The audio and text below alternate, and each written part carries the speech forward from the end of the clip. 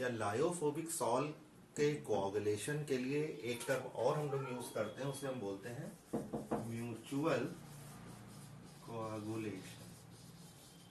Mutual coagulation. अब mutual coagulation कैसे होगा? अब हाइड्रोफोबिक या लायोफोबिक सॉल्ट है, मान लीजिए पॉजिटिव सॉल्ट है, पॉजिटिव सॉल्ट का एग्जांपल मान लीजिए ले लिया हमने फेरिक हाइड्रोक्साइड। ठीक, पॉजिटिव सॉल्ट है, हर तरफ क्या क्या है इसके पॉजिटिव चार्ज है ना।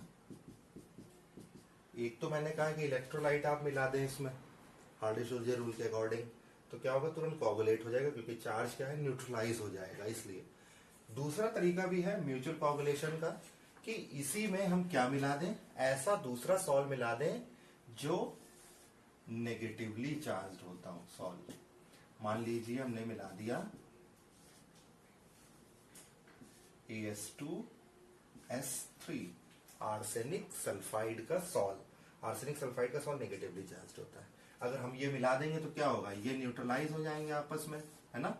ये न्यूट्रलाइज हो जाएगा चार्ज, तो फिर क्या होगा, ये दोनों सॉल्ट आपस में कोआगुलेट हो जाएंगे और म्यूचुअल कोआगुलेशन हो जाएगा।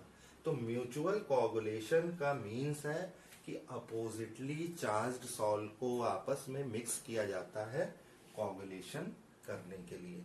तो म्यूचुअल कोआगुलेशन या इलेक्ट्रोलाइट मिलाने पर कोआगुलेशन हाइड्रोफोबिक सॉल्ट का या लायोफोबिक सॉल्ट का इंपॉर्टेंट टर्म है। कोआगुलेशन के लिए एक टर्म और यूज करते हैं जिसे हम लोग कहते हैं परसिस्टेंट डायलिसिस। डायलिसिस तो आप समझ रहे हैं, डायलिसिस में उस दिन बताया था आपको कि एक कोई SPM वाला बैग है, उस बैग के अंदर हमने सॉल्ट को डाल दिया और फिर उसको किस पे सस्पेंड कर दिया, वाटर पर।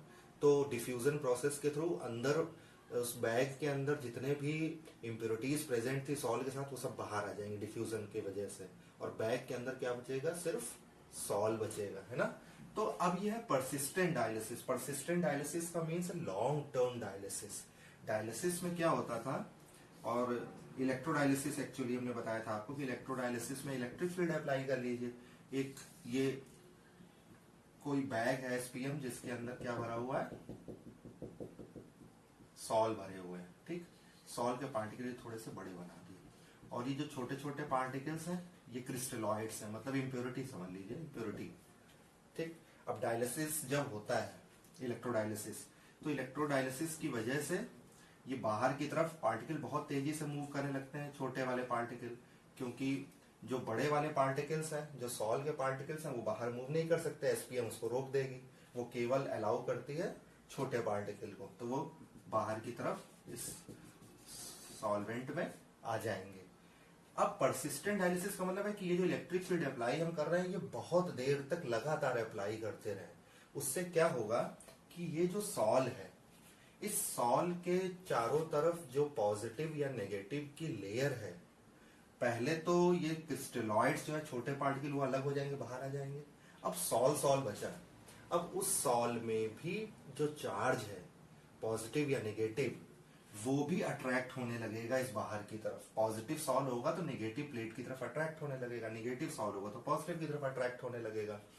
तो कुछ टाइम बाद जब देर तक आप डायलिसिस करेंगे तो वो पॉजिटिव या नेगेटिव चार्ज भी बाहर की तरफ अट्रैक्ट होगा और निकल आएगा बाहर इस सॉल्यूशन में, इस प्लेट के पास, है ना। और अंदर क्या बचेगा, सिर्फ सॉल्ट बचेगा, और वो सॉल्ट कैसा होगा, कोआगुलेटेड होगा। क्योंकि पहले तो कोआगुलेटेड नहीं हो सकता, क्योंकि पहले तो उस पर पॉजिटिव लेयर लगी है या नेगेटिव लेयर लगी है, तो कोआगुलेट प्रेसिपिटेट नहीं बना पा रहे होंगे। लेकिन जैसे ही वो चार्ज भी हट जाएगा तो वो तुरंत प्रेसिपिटेट का फॉर्मेशन कर लेंगे, कोआगुलेट हो जाएंगे। तो परसिस्टेंट डायलिसिस, म्यूचुअल कोआगुलेशन, ये सब कोआगुलेशन के लिए यूज किए जाने वाले टर्म्स हैं।